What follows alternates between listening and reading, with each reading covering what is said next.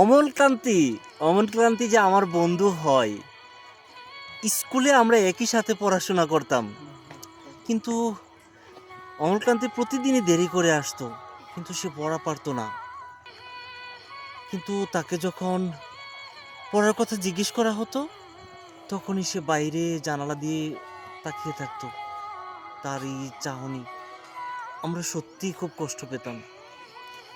আমরা কেউ মাস্টার হতে চেয়েছিলাম, কেউ ডাক্তার, আবার কেউ ইঞ্জিনিয়ার। কিন্তু অমলকান্তি হতে চেয়েছিল একজন রোদ্দুর। আমরা কেউ মাস্টার হয়েছি, কেউ বা ডাক্তার হয়েছি, আর কিছু বন্ধু আছে কেউ উকিলও হয়েছে। কিন্তু অমলকান্তি রোদ্দুর হতে পারেনি। সে এখন অন্ধকার একটা ছাপা কারখানায় কাজ করে। মাঝে মধ্যেই সে আমার কাছে আসে, দুজনে বসে চা খাই। আমার সঙ্গে সে অনেক কথা বলে। চা খাওয়া শেষ হতে না হতেই সে প্রতিদিনই বলে, আজ আসি রে। তার বলার সাথে সাথে সে উঠে দাঁড়ায়, আর আমিও তাকে দরজা পর্যন্ত এগিয়ে দিয়ে আসি।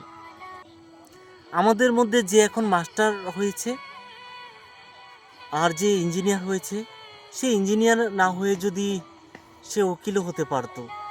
কিন্তু আমাদের বন্ধু অমলকান্তি কিন্তু কিছুই হতে পারেনি।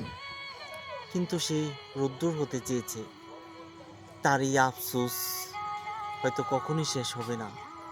সে অমলকান্তির সে আফসোস হয়তো চিরকালই রয়ে যাবে।